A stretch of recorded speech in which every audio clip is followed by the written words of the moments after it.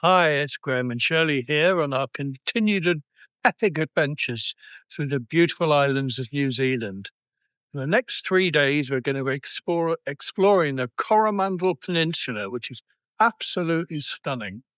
We're going to go to all the usual places that people talk about, like Cathedral Cove and Hotwater Bay, and take in all the other beautiful sights on the way. It's a stunning day. The weather's changed here. It's bright and sunny, and the view across Coromandel area over to the Northlands is really quite spectacular. Come along and join us.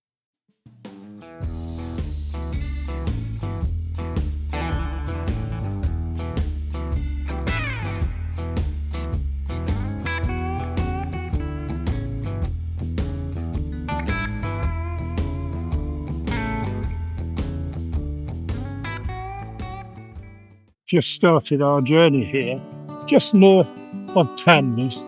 There's a little place called Tapu, which is a lovely bay with this most beautiful shore. And as I pan round, you can see the beauty of this area. You can see the start of the Northlands over there in the distance.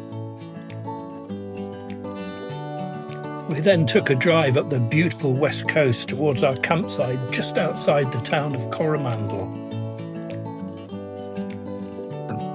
We just parked in our next campsite in Coromandel town. Well, it's about 3 or 4 kilometres out of the town on a beautiful beach.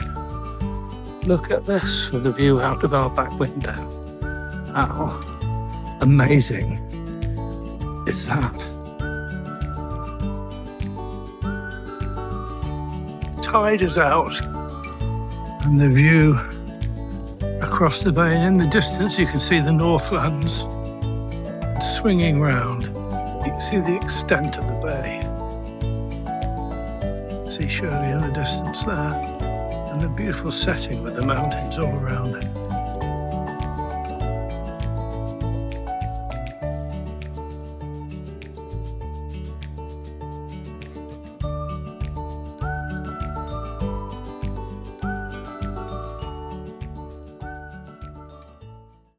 It's early morning, we've had our breakfast and we're off on our first trip of the day. It's just 4 kilometres from our campsite. We come to the Riding Creek Railway. This is a real hidden gem. We're going on a narrow gauge train ride up into the mountains. How cool's that? It's a fascinating place, and what we find is just totally unexpected and quite special. The creator of this amazing place was Barry Bricknell. He was a potter, and he purchased the land in 1973 for its rich terracotta clay. His aim was to develop a shared studio-styled craft cooperative pottery. As word spread of what he was doing, people started to come to learn and develop their crafts with Barry. He was New Zealand's first full-time handicraft potter.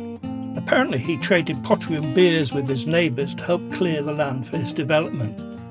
But why the railway? In his own words, a narrow-gauge mountain railway would provide an all-weather, environmentally friendly and benign, aesthetically pleasing and economically sound way to convey clay and firewood down to the new potteries from the hills above. Barry was very resourceful. The start of the railway was financed by pottery sales and income from teaching others.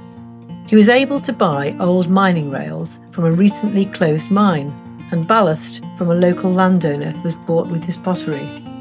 Not only did he build this railway, but he restored the hillside that had been decimated by logging to pre-colonial times by planting over 27,000 native trees and other flora. This was just an amazing feat. The railway was dug out of the mountainside by Barry and friends, and he built 5 zigzag switchbacks, 3 tunnels and 10 bridges, including a remarkable double-decker viaduct.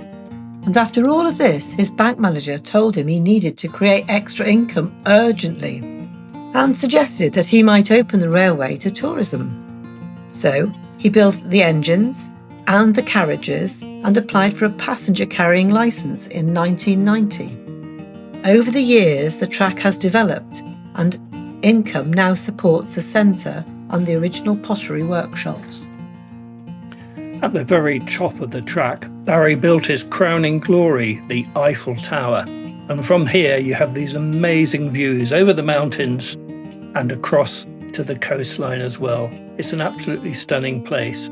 And in the actual top here, there's lots of information about Barry's life and what he completed whilst he was on this earth. What an amazing guy he was.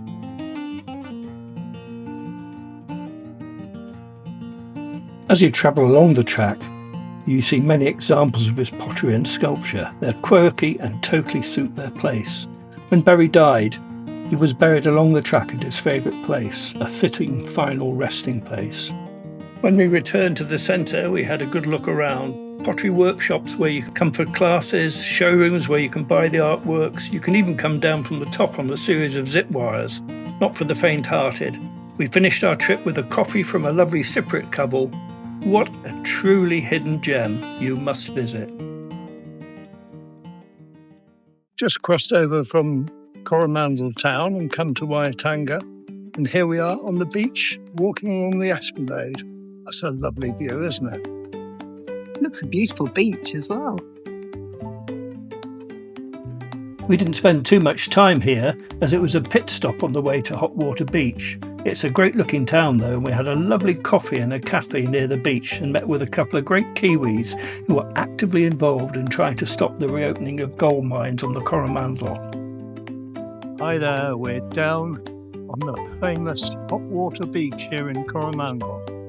We're going to walk on the beach and explore the hot falls. It's a beautiful setting. The beach is lovely, with islands in the bay, and in the distance you can see a large number of people. Must be where the hot water springs come up onto the beach. We'll take a wander down and explore.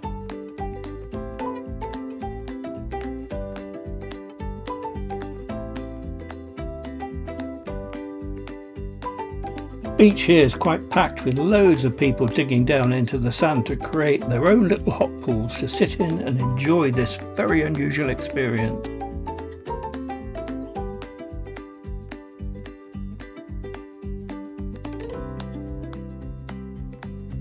Move your feet, it's so hot.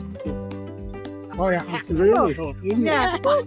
Wow. Wow. That's hot. It's a perfect place to come for a quiet picnic on the beach. No, seriously, this sand is so hot you can barely stand on it for more than a couple of seconds. We've just come down to Hahei Beach before we walk along to Cathedral Cove.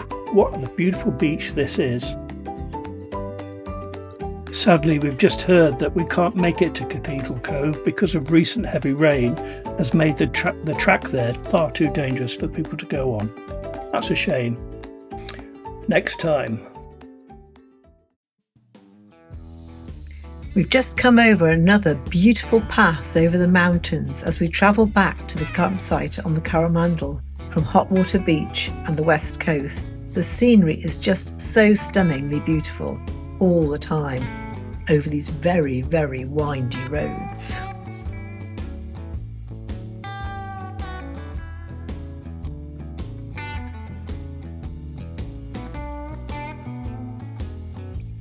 For me, I think the west coast of the Coromandel has provided me with some of the best scenery I've seen on our whole trip here in New Zealand.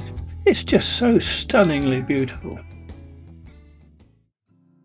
We've just come up from our campsite in Shelly Bay to the local town Coromandel. It's a beautiful old town. We're going to take you around it. It was first settled here in 1820 when the HMS Coromandel pulled into the bay here to effect some repairs, and they chopped down some kauri trees to make their fixings. The place further expanded in the 1850s and 60s when gold was discovered here and a small settlement was established. And in fact, 20 of the original houses are still here.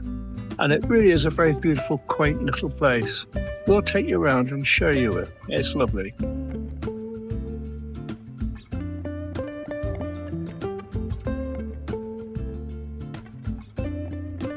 Just going to pop into the School of Mines, 1898.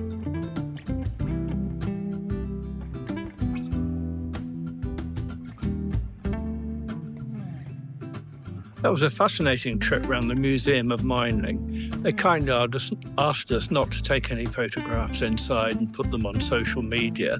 But if you're in Coromandel, do take a visit. It's an eclectic mix of mining equipment and tools, the history of Coromandel, its development, and much, much more. Well worth a little visit.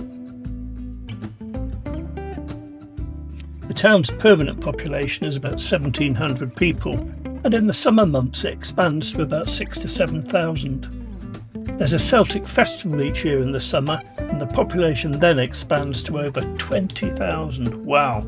Talking to one of the locals here, she said that when the festival is on, the locals go inside, lock the doors, and wait until it's all over. There are loads and loads of really nice shops with beautiful stock fronts, and tucked in between, pretty little colonial style houses. We popped into the Weta cafe and had a lovely coffee and a really nice piece of cake. Last night we popped into the Pepper Tree for an evening meal and had a starter of green-lit mussels. They were huge and tasted wonderful. Apparently Coromandel is quite famous for these, so if you come I recommend a half or a full bucket of them. You won't be disappointed. There are loads of cafes and artisan bakeries around, so it's important, I think, that we take a look in all of these and try some of the produce.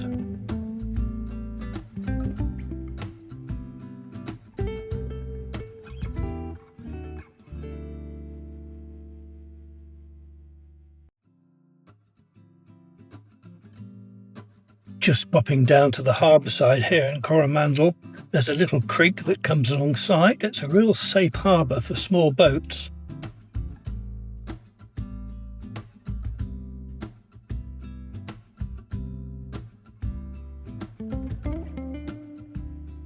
And from here you can look out towards the estuary. It's our last morning on the Coromandel before we head towards the Northlands. But we found a hidden gem where we started our video in Tapu, Papaura Water Gardens, so we'll take a look. This is such a beautiful place. The gardens are full of native and exotic flowers, including irises, bog plants, azaleas, hydrangeas, water lilies and orchids. Throughout the gardens there are several works of art, just adding to the beauty. Pathways meander and link many different sections of the garden. There's an amazing bushwalk to the 7 steps of Heaven, cascading waterfalls. These are just stunning.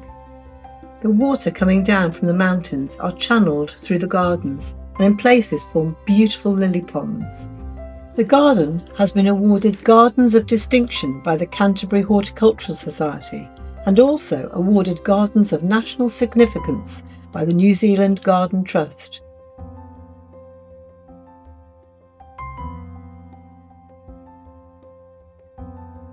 The gardens are a realisation of a vision of 2 people, Franz and Josephine Loening. They bought the land in the early 1960s, and their vision, the best garden is a well-kept wilderness, has been maintained and further developed by the current owners. We had a fabulous day here, really need time to enjoy this beautiful place, and was a gorgeous way to end our lovely stay on the Coromandel.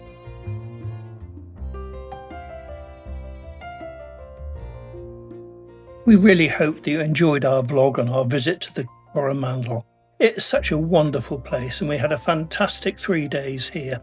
We're on our way now to Red Beach, which is just north of Auckland, to prepare for our next set of videos on the Northlands. I do hope you come and join us for those. In the meantime, please don't hesitate to press the like and subscribe buttons. This really helps us develop the channel and helps us create more videos like this one for you. Bye for now.